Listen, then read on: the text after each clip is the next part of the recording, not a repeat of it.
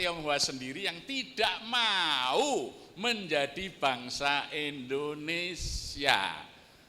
Sekali lagi, orang Tionghoa sendiri yang menolak dimasukkan sedalam golongan bangsa Indonesia karena mereka merasa lebih tinggi.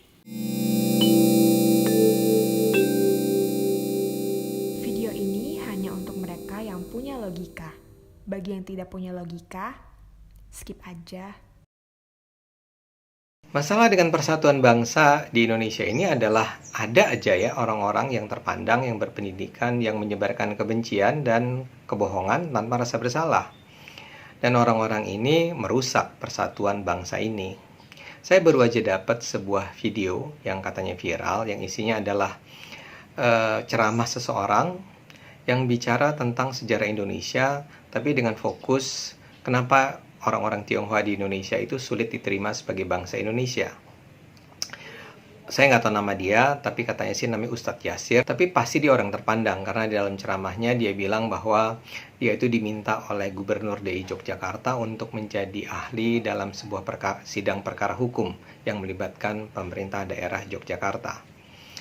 Nah, orang semacam ini menurut saya sih berbahaya, karena dia memanfaatkan kebodohan masyarakat, para pendengarnya, untuk menyebarkan kebohongan. Jadi dia cerita begini, orang Tionghoa itu emang dari dulu tidak pernah ingin menjadi bagian dari bangsa Indonesia. Dia kasih contoh, dalam sejarah itu ada yang namanya Partai Tionghoa Indonesia.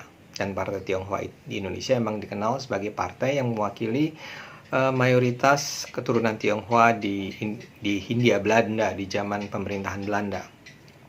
Nah, dia bilang Partai Tionghoa Indonesia ini memang pernah berikrar bahwa bangsa Tionghoa, kaum Tionghoa tidak ingin menjadi bangsa Indonesia. Dan kalaupun Indonesia merdeka, maka mereka tidak ingin menjadi warga negara Indonesia, atau kalaupun menjadi warga negara, inginnya menjadi dwi warga negara. Jadi memiliki dua kewarganegaraan, warga negara Cina dan warga negara Indonesia. Ini dia bilang beda dengan kaum Arab. Kaum Arab itu sejak awal sudah memang komited untuk menjadi bangsa Indonesia, dan karena itulah bangsa Indonesia menerima keturunan Arab sebagai orang-orang asli Indonesia. Ini beda dengan kaum Tionghoa. Dan kemudian dia bicara banyak tentang kaum Tionghoa, yang dia bilang, dia lihat saja orang Tionghoa mana pernah mau menjadi bangsa Indonesia, mana pernah mereka mau berbaur dengan bangsa Indonesia. Kata dia, orang Tionghoa itu menganggap rendah bangsa Indonesia, mereka menganggap dirinya lebih tinggi, mereka menganggap dirinya istimewa. Jadi mereka tidak akan berbaur dengan bangsa Indonesia. Dia bilang, lihat aja, coba aja lihat di lingkungan kita, mana ada sih orang Tionghoa yang berbaur dengan bangsa Indonesia. Orang-orang semacam ini seperti saya katakan kacau. Tapi taruhlah gini, kita cek dulu sejarah, karena dia bicara tentang sejarah kan, dan dia menyebut Partai Tionghoa Indonesia. Kalau kita baca sejarahnya, maka kita akan dengan segera menemukan bahwa Partai Tionghoa adalah sebuah partai yang didirikan pada tahun 32 oleh seorang tokoh yang bernama Lim Kun Hian, yang sejak awal berdirinya memang berkomitmen pada kemerdekaan Indonesia, dan mereka menyatakan bahwa kaum Tionghoa di Indonesia seharusnya menjadi bagian dari bangsa Indonesia. Itu clear sejak awal, ya. Lalu dari mana datangnya cerita si penceramah tadi? Kalau dilihat, barangkali ini ada kaitannya dengan pidato Pak Kun Hian pada tahun 45 Mei di depan sidang BPUPK, Badan Penyelidikan Usaha Persiapan Kemerdekaan. Tapi isinya sama sekali lain dengan apa yang dikatakan oleh si penceramah.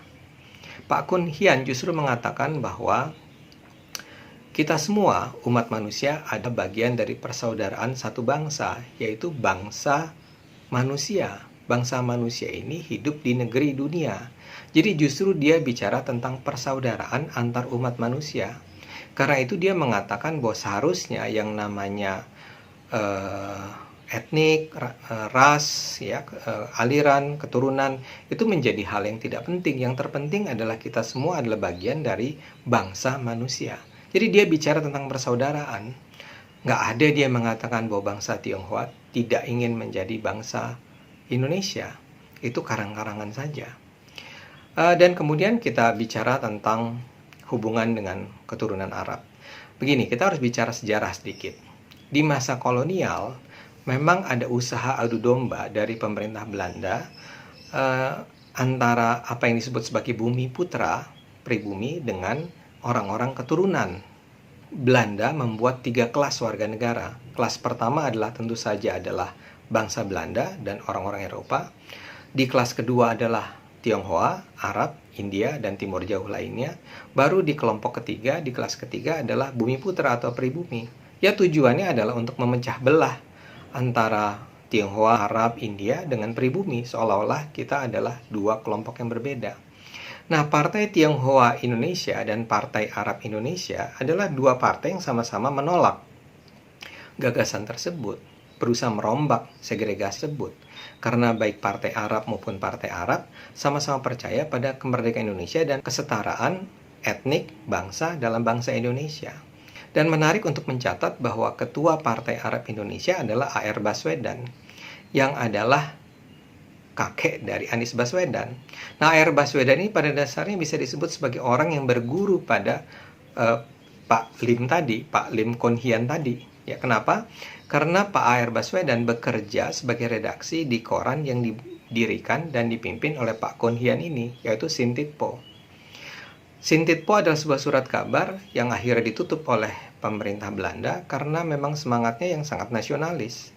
Jadi Pak A.R. Baswedan, Ketua Partai Arab, dan Pak Kun Hian, Ketua Partai Tionghoa Indonesia, itu punya visi yang sama. Mereka bersahabat, mereka berteman, dan sama-sama memperjuangkan agar baik etnis atau ras Tionghoa dan Arab itu menjadi bagian dari bangsa Indonesia.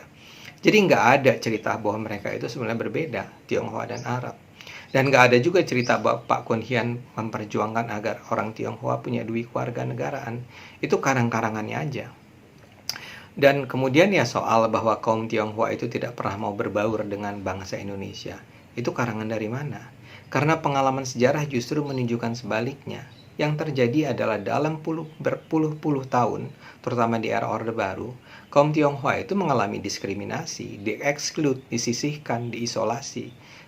Ya, lihat saja apa yang terjadi sama kaum Tionghoa. Mereka tidak boleh menggunakan nama Tionghoa, tidak boleh memiliki agama leluhur mereka, tidak boleh menjalankan ibadat sesuai dengan keyakinan kaum Tionghoa, tidak boleh merayakan hari-hari besar kaum Tionghoa. Kaum Tionghoa bahkan sulit untuk masuk jadi pegawai negeri, sulit untuk masuk menjadi TNI, menjadi tentara, menjadi militer, sulit masuk sekolah negeri, sulit masuk ke universitas negeri, bahkan menjadi korban dari kerusuhan rasial, objek dari kerusuhan rasial, menjadi objek dari sasaran kebencian, penghinaan, stigmatisasi.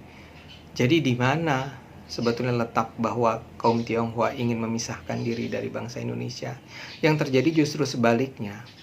Mereka, kaum Tionghoa, mengalami diskriminasi selama puluhan tahun. Jangan dibalik dong ceritanya. Tapi saya ngerti bahwa cerita ini harus disebarkan oleh penceramah-penceramah seperti ini karena mereka memang ingin agar kaum Tionghoa tidak diterima oleh bangsa ini. Mereka ingin agar bangsa ini terpecah. Tujuannya apa? Wallahu alam. Tapi marilah kita lawan ini semua dengan akal sehat kita, karena hanya dengan akal sehat bangsa ini akan selamat.